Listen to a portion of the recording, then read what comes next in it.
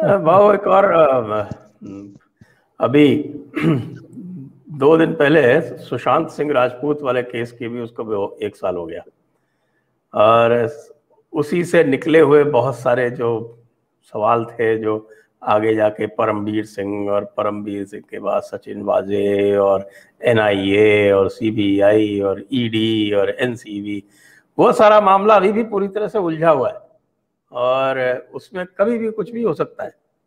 ये कारण तो नहीं है कि ये तीनों के तीनों जो है ये रोज एक नए तरह का नृत्य करते रहते हैं।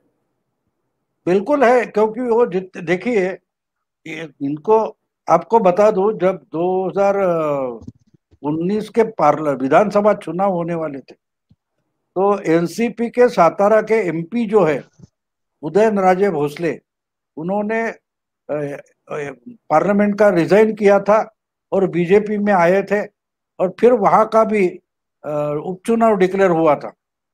तो पवार साहब ने डिक्लेयर कर दिया था कि पृथ्वीराज चौहान को वहां से खड़ा कर देंगे, जो कांग्रेस के थे। अब बंटवारा जो है, बंटवारे में वो जगह एनसीपी की है, फिर भी पवार साहब ने कांग्रेस के होकर भी पृथ्वीराज चौहान को वो जगह ऑफर कर दी थी। आपको मालूम है, 1 घंटे में पृथ्वीराज चौहान जहां थे वहां से उन्होंने इनकार कर दिया, जी मुझे बिल्कुल खड़ा नहीं होना है। तो पवार साहब कुछ देते हैं, उसका मतलब कितना डेंजरस होता है। ये उसी समय की बात है, अक्टूबर 2019 की। अगर ये उद्धव जी समझ नहीं पाए तो उनको तो कीमत चुकानी पड़ेगी ना। पवार साहब ऐसे कुछ भी देते नहीं जिसमें आपका फायदा हो, उनका फायदा हो ना हो, लेकिन जिसको पवार साहब कुछ देना चाहते उसका तो फायदा होता नहीं।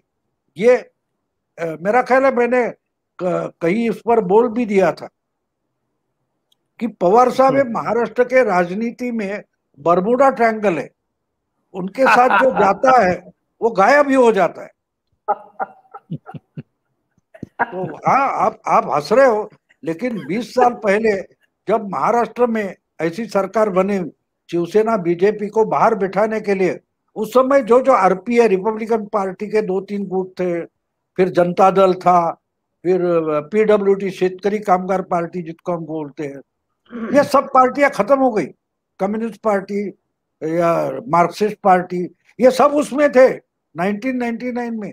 आज उसमें से कोई भी पार्टी महाराष्ट्र में बची नहीं, ना उस समय का कोई नेता बचा है। तो ये आप समझ सकते हो। तो उद्धव जी ये इतिहास भूलकर अगर पवार साहब के साथ गए तो उनको भी कीमत चुकानी पड़ेगी।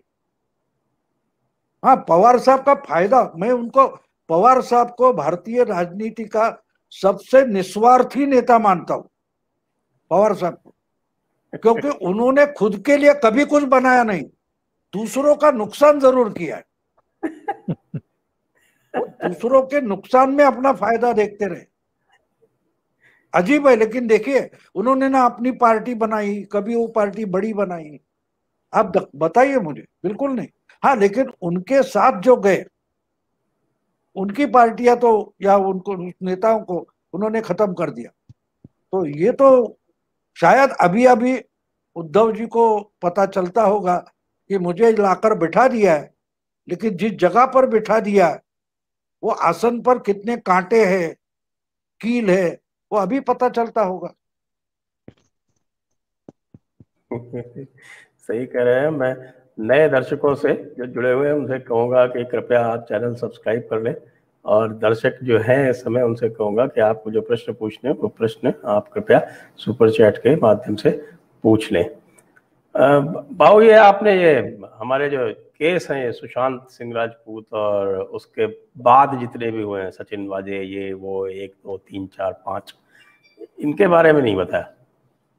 नहीं नहीं, ये तो चल रहा है। देखिए क्या होता है, जब केसेस चलती है तो बोला गया, आपको मालूम है उस समय, अब CBI क्या बड़ा करने वाली है, बोला गया CBI का स्ट्राइक रेट क्या है, उससे भी मुंबई पुलिस का स्ट्राइक रेट अच्छा है। एक बात हम भूल जाते हैं कि जब लोकल पुलिस या लोकल कुछ एडमिनिस्ट्रेशन होता है, वो गड़बड़ कर देता है, उसके बाद केस सीबीआई के पास आती है। तो अगर आपने जो केस थी वो और उलझा दिए, उसके समझो सबूत है खराब कर दिए, तो सबूत कहां से लाएगी? इसलिए सीबीआई का जो मामला होता है वो गड़बड़ा जाता है। इसका कारण है कि किसी ने और कुछ खत्म करने के बाद आप लाके यानी एक dead body, dead on arrival बोलते हैं ना, तो डेड ऑन अराइवल होते हैं, उसका रिवाइवल कैसे कर सकता है? बहुत समय तक वो केसेस कोमा में चली जाती है। आपको आरुषि का दिल्ली का केस मालूम है। तो अब जो तो कम से कम मेरा ख्याल है 60-70 दिन के लिए मुंबई पुलिस ये सब लिपापोती कर रही थी ना, लिपापोती कर रही थी। अगर आपने उसके जो सुशांत के पिता थे उनको मुंबई में आए, अंत्यविधि वगैरह हुआ था डेड बॉडी लेने के लिए, उस वक्त क्यों पूछा नहीं गया भाई आपको कंप्लेंट लिखना है तो लिखो? नहीं, आपने डिक्लेयर कर दिया ये तो सुसाइड है। इसका मतलब ही सब रफा दफा किया गया था और करना चालू था। इसके लिए तो उसके पिताजी ने वहां जाकर 0 एफआईआर दर्ज किया। लेकिन कुछ तो बातें निकल रही है, लेकिन उसमें भी और एक बात है मेरा ख्याल में, वो सुशांत के केस में और एक बात है। अभी तक रिया चक्रवर्ती की जो केस हाईकोर्ट में है उसका रिजल्ट नहीं आया, वर्डिक्ट नहीं आया कि उनके खिलाफ जो एफआईआर है वो रद्द किया जाए।